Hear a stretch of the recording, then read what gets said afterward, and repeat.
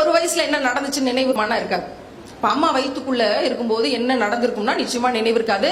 இந்த நொடி எல்லாரும் உங்க அம்மா வயிற்றுக்குள்ள போங்க, நான் உட்பட. வடிவேலு சொன்ன மாதிரி உள்ள இருட்டா இருக்கு, ஒரு ஏசி இல்ல, ஒரு ஃபேன் இல்ல, ஒரு லைட் இல்ல, ஒண்ணும் இல்ல, இருட்டா தான் இருக்கு.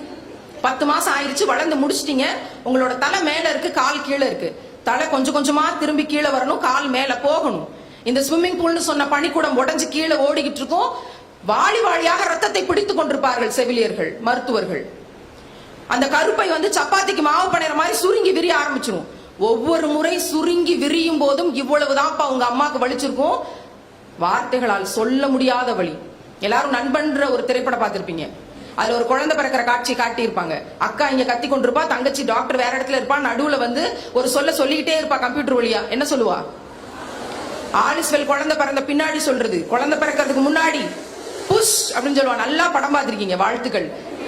புஷ் புஷ்ன்னு சொல்லுவா. என்ன இவ்வளவு வலியை தாண்டியும் ஒவ்வொரு அம்மாவும், உங்களோட ஒவ்வொரு அம்மாவும் தன்னுடைய மூச்சு காத்தை எல்லாம் இழுத்து அடக்கி அழுத்தி உங்க தலையை நோக்கி தள்ளணும். அப்படி தள்ளுகிற போது எந்த கண்ணுக்கு தெரியாத துளையின் வழியாக மாதந்தோறும் ரத்தம் கசிந்து 3 நாட்கள் ரத்தம் வெளியேறி கொண்டிருந்ததோ அந்த துளை கொஞ்சம் கொஞ்சமாக விரிந்து பெரிதாகி 2.5 கிலோ 3 கிலோ உங்க தலை வெளியில வர்ற அளவுக்கு இவ்வளவு பெரிய துளையாக மாறணும். அப்படி அவளால மூச்சு காத்தை அழுத்தி கொடுக்க முடியலன்னா அந்த அம்மாவும் செத்து போயிருவா, அந்த குழந்தையும் செத்து போயிருவா. ஆனா எந்த ஒரு அம்மாவும் இவ்வளவு குடங்குடமா ரத்தம் ஓடிக்கொண்டிருக்கு, இவ்வளவு வலி என்னால தாங்க முடியல, என்னால மூச்சை அழுத்தி வெளியே தள்ள இயலாதுன்னு சொல்ல மாட்டா. ஏன் தெரியுமா?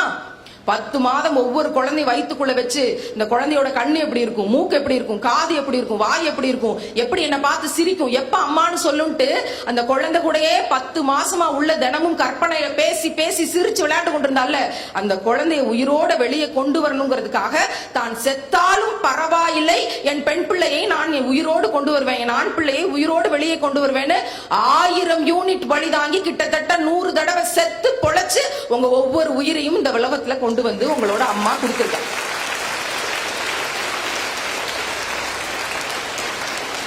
இங்கேயும் அறிவியல் என்ன சொல்லுது?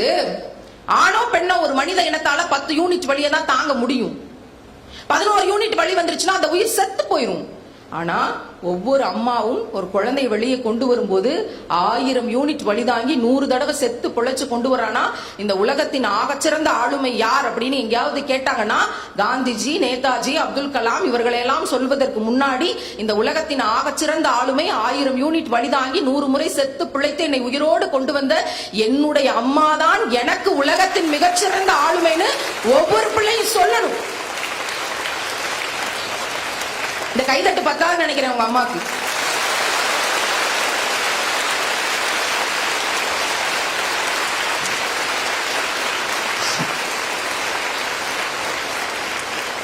உலகத்தின் சிறந்த அதிசயம் ஒண்ணு இந்தியாவில் இருக்கு. என்னன்னு கேட்டா தாஜ்மஹால்னு சொல்லுவோம்.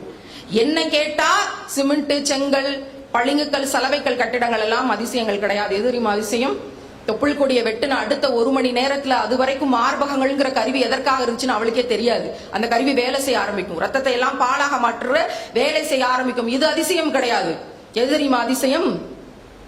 இந்த உலகத்துல 100 பெரிய வியாதிகள் என்னப்பா இருக்கு பட்டியல் போடு அப்படின்னு போட்டா 1 2 3 4 100 வியாதிகள், 100 பெரிய வியாதிகளுக்கு எதிரான நோய் தடுப்பு ஆற்றலுக்கான மருந்தையும் சேர்த்து அந்த முதல் 1 மணி நேர தாய்ப்பால்ல ஒவ்வொரு அம்மாவும் கொடுத்ததுனாலதான் பெரிய வியாதிகள் எதுவும் இல்லாம இங்க உட்கார்ந்து ஆரோக்கியமாக இந்த செய்திகளை கேட்டுக்கொண்டு கைதட்டி கொண்டு செய்திகளை உள்வாங்கி கொண்டு இருக்கோம்னா இந்த உலகத்தின் ஆகச்சிறந்த அதிசயம் முதல் 1 மணி நேர தாய்ப்பால்.